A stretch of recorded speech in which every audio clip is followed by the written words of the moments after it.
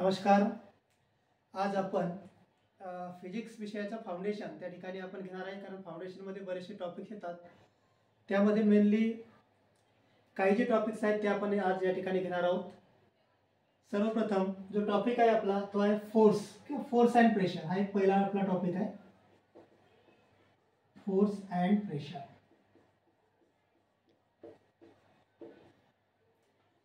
विद्यार्थी मित्रांनो, तुमच्या नीट किंवा जेई या एक्झाममध्ये बरेचसे फोर्स आणि प्रेशरवरचे सुद्धा या ठिकाणी बरेचसे म्हणजे कन्सेप्च्युअल आहे. बरेचसे कन्सेप्ट, या कन्सेप्टचा वापर आपण त्या ठिकाणी करत असतो किंवा त्याचे न्यूमरिकल्स आपण त्या ठिकाणी सोडवत असतो. बघा मित्रांनो, आता सर्वप्रथम आपण बघूया फोर्स. तर फोर्स कशाला म्हणता येईल की फोर्स एक अशी क्वांटिटी आहे की जी रेस्टमध्ये असलेल्या वस्तूला त्या ठिकाणी मोशनमध्ये आणते किंवा मोशनमध्ये असलेल्या वस्तूला ती थांबवते किंवा त्या ठिकाणी त्याची डायरेक्शन बदलते. तर अशी जी क्वांटिटी आहे त्याला फोर्स असं म्हटलं जातं. म्हणजेच आपण सिंपल त्याची डेफिनेशन अशी करू शकतो की physical quantity which changes the state of rest और of uniform motion along the straight line is called force. म्हणजे एखादी सरळ रेषेमध्ये जाणारी मोशनमधली एखादी वस्तू असेल त्याला थांबवण्याचं काम किंवा थांबलेली वस्तू आहे त्याला मोशनमध्ये आणण्याचं काम जी फिजिकल क्वांटिटी करते त्याला आपण फोर्स असं म्हणतो. तर वाटल्यास आपण एक डेफिनेशन त्याची लिहूया. Physical quantity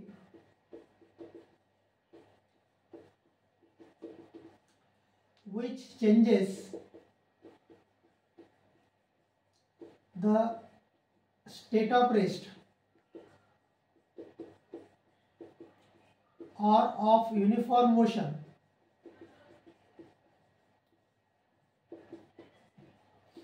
along a straight line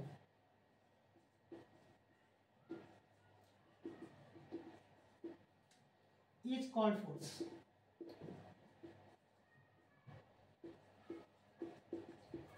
मित्रांनो, काही जण त्याला पुश और पुल सुद्धा म्हणतील की द पुश और पुल इज कॉल्ड फोर्स. असंही म्हणू शकतो आपण, पुश और पुल. पुश और पुल of object or of the body is also called force. Definition वेगवेगळ्या पद्धतीचे आहेत, आपण त्याला वेगवेगळ्या पद्धतीने त्या ठिकाणी हे घेऊ शकतो. तर बघा, याचं जे एसआय युनिट आहे, SI unit of force is newton. N अक्षराने आपण त्याला दाखवतो. त्याचे एसआय युनिट न्यूटन असं आहे. त्यानंतर कन्व्हर्शन आहे, सीजीएस युनिट जे आहे, सीजीएस युनिट इज डाईन.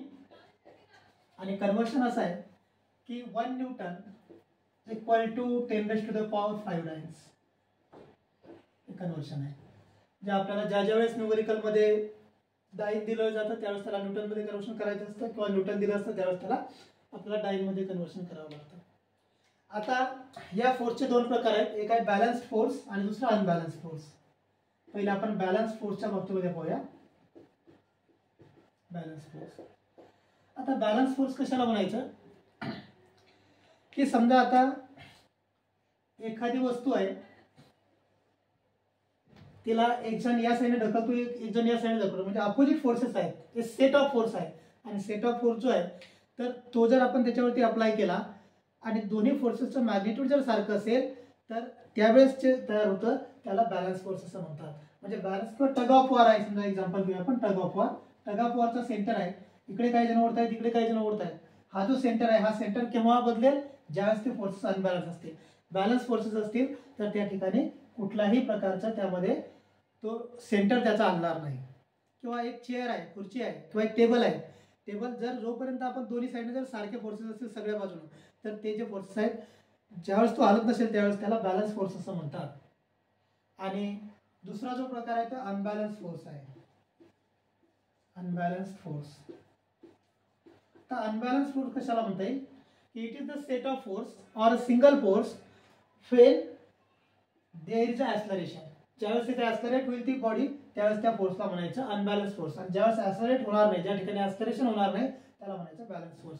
तर असे या ठिकाणी बॅलन्स फोर्स आणि अनबॅलन्स फोर्स असे दोन फोर्सचे मेनली प्रकार आहेत. तर मित्रांनो, या ठिकाणी आपण फोर्स म्हणजे काय, त्याचं एसआय युनिट काय आहे, त्यानंतर त्याचे दोन टाइप्स पाहिले आपण, बॅलन्स फोर्स आणि अनबॅलन्स फोर्स. तर आज आपण या ठिकाणी थांबतोय. नेक्स्ट व्हिडिओमध्ये आपण समोरचं घेऊया.